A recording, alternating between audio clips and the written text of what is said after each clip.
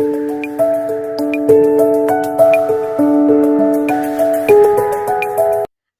આપણે અંગ્રેજીની પ્રવૃત્તિ જે ઘરે શીખીએ અંક 3ની બુકમાં છે તે જોઈશું. હવે આ પ્રવૃત્તિનું નામ છે મોચો. આ પ્રવૃત્તિમાં પહેલો એવો જો પ્રશ્ન છે તે છે વાક્ય વાંચો અને જે ક્રિયા અત્યારે થઈ રહી છે તેની સામે નાવ લખો અને જે ક્રિયા પૂરી થઈ ગઈ હોય તેની સામે બિફોર લખો. હવે આ સૂચના વાંચતા જ આપણને ખ્યાલ આવી જાય છે કે જે ક્રિયા ચાલુ હોય તેની સામે આપણે નાવ લખવાનું છે અને પૂરી થઈ ગઈ હોય એટલે કે પહેલા થઈ ગઈ હોય તેની ઉપર આપણે તેની સામે બિફોર લખીશું. જેમ કે પહેલું વાક્ય છે કે I helped my mother in the kitchen yesterday. ગઈકાલે મેં મારા મમ્મીને રસોડામાં મદદ કરી હતી. તો અહીંયા જે વર્બ છે એટલે કે ક્રિયાપદ તેમાં ઈડી પ્રત્યય લાગેલો છે એટલે કે ભૂતકાળ છે તો તેની સામે આવશે બિફોર. હવે નેક્સ્ટ સેન્ટેન્સ છે કે Neela is playing with her younger brother. Neela તેના નાના ભાઈ સાથે રમી રહી છે.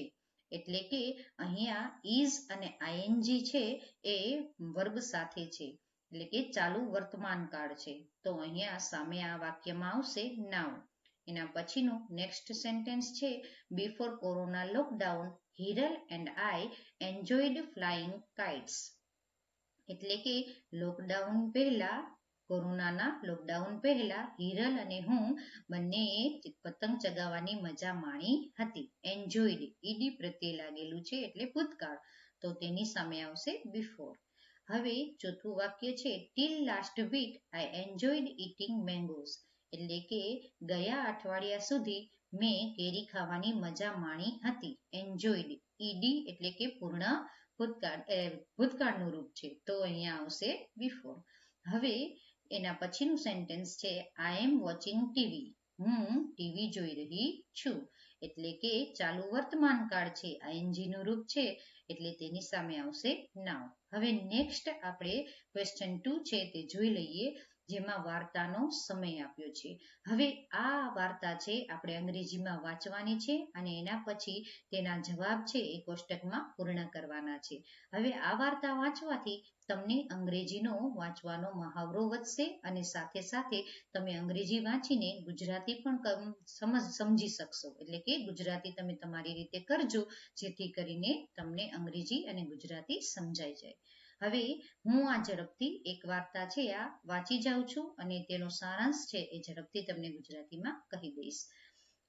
Tenali Raman was once walking along a forest path when he was stopped by a merchant. I am looking for my camel which has strayed away. Did you see it passing by? Asked the merchant. Had the camel hurt its leg? Asked Raman. Oh yes, that means you have seen my camel, said the merchant. Only its footprints.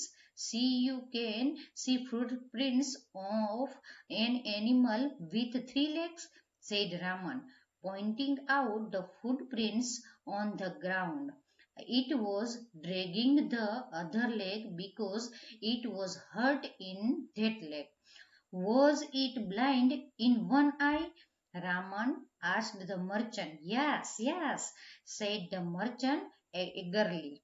Was it loaded it with wheat on one side and sugar on the other side? Asked Raman. Yes, you are right, said the merchant. So you have seen my camel, exclaimed the merchant. Raman looked upset. Did I say I saw your camel?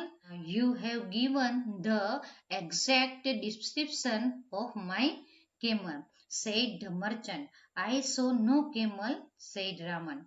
Do you see those plants lined up on both sides of this path?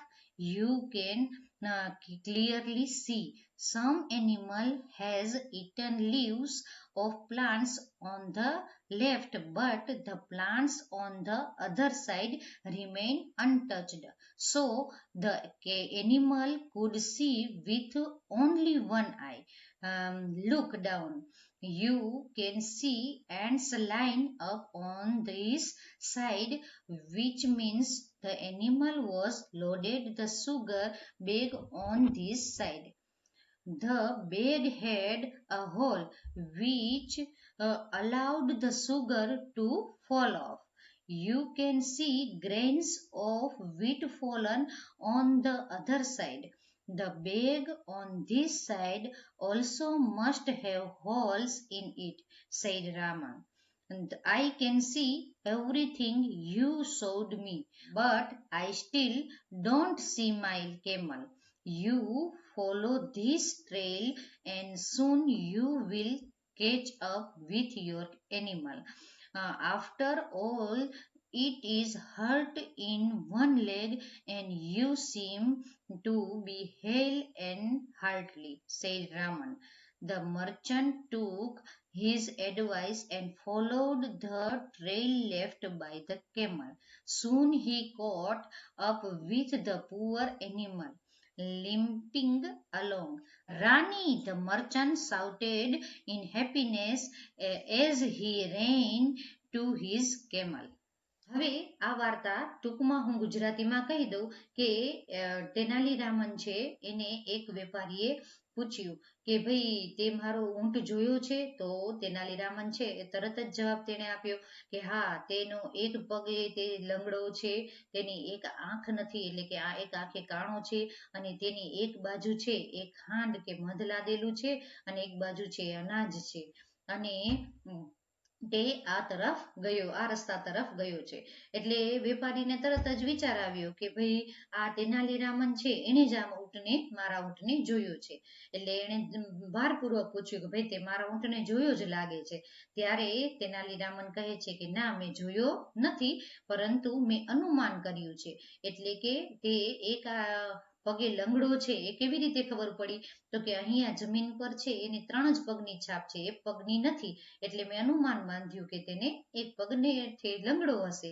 પછી આ જે ઝાડ છે આ તરફ રસ્તા તરફ જાય છે ત્યાં એક બાજુના પાંદડા છે એ ખવાયેલા નથી અને થોડા છે એટલે મને લાગ્યું કે એક આંખે એ કાણો હશે જેથી કરીને તેને પાંદડા છે આ દેખાણા નહીં હોય એટલે ખાધા વગરના રહી ગયા અને એક સાઈડથી ખાધા છે અને તો રસ્તા ઉપર તો અમે જોઈ શકો છો કે આ બાજુ છે એ કીડીઓ છે એટલે મને ખ્યાલ આવી ગયો કે આ બાજુ તેને કોઈ મિષ્ટાન એટલે કે ખાંડ કે મધ એવું લાદેલું હશે ને આ બાજુ અનાજ છે એ માં કાણું પડી ગયું છે કોથરામાં એટલે બધું વેરાયેલું પડ્યું છે બસ આ જ અનુમાન પરથી મને ખ્યાલ આવ્યો હજી એમ કે છે ને પછી એવું કે છે કે ભાઈ તું અહીંયાથી આગળ જા તો તને તારો ઊંટ છે એ ગોતીશ તો મળી જશે અને સાચે જ એવું થયું કે આગળ ગયો તો પ્રાણીઓના ઝુંડમાં તે પણ હતો અને તેણે ટાળ પાડી કે રાની અને તે ખુશ થઈ ગયો બસ આ જ છે એ સ્ટોરીનો સારાંશ ગુજરાતીમાં મેં તમને ઝડપથી કહી દીધો હવે આપણે એના પછી છે કે આ વાર્તા આપણે ની મજા માણી હવે આ વાક્ય કોણ બોલે છે ને કોને કહે છે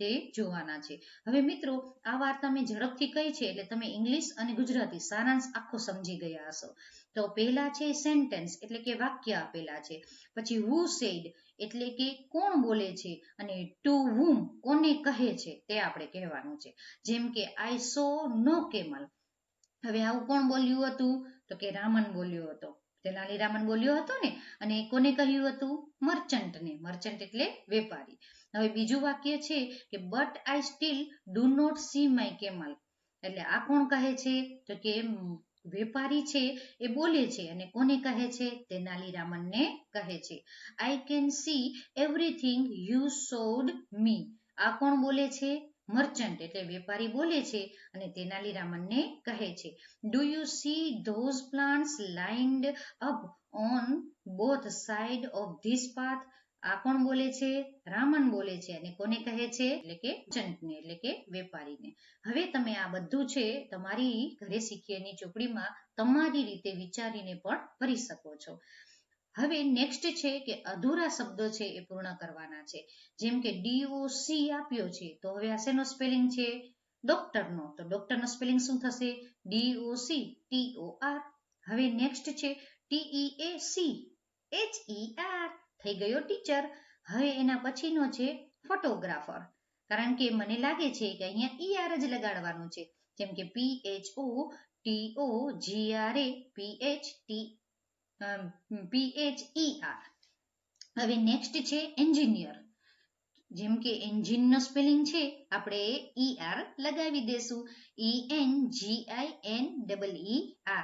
હવે નેક્સ્ટ છે OFFI, તો ઓફિસર છે આયા, ER લગાવી દો. પછી કારપેન, તો ટર લગાવી દો, CARPENTER. હવે નેક્સ્ટ છે ફ્રૂટ સેલર છે, ER લગાવો, FRUITSELLER. હવે શોપકીપર એટલે કે દુકાનદાર, SHOPKEEPER. બસ આ જ રીતે તમારે પ્રવૃત્તિ છે એ કરવાની છે. મિત્રો, વિડીયો ગમ્યો હોય તો જરૂરથી તેને લાઈક કરજો, જેથી કરીને તમારા માટે આવી જ રીતે હું વિડીયો લાવતી રહું. આવજો.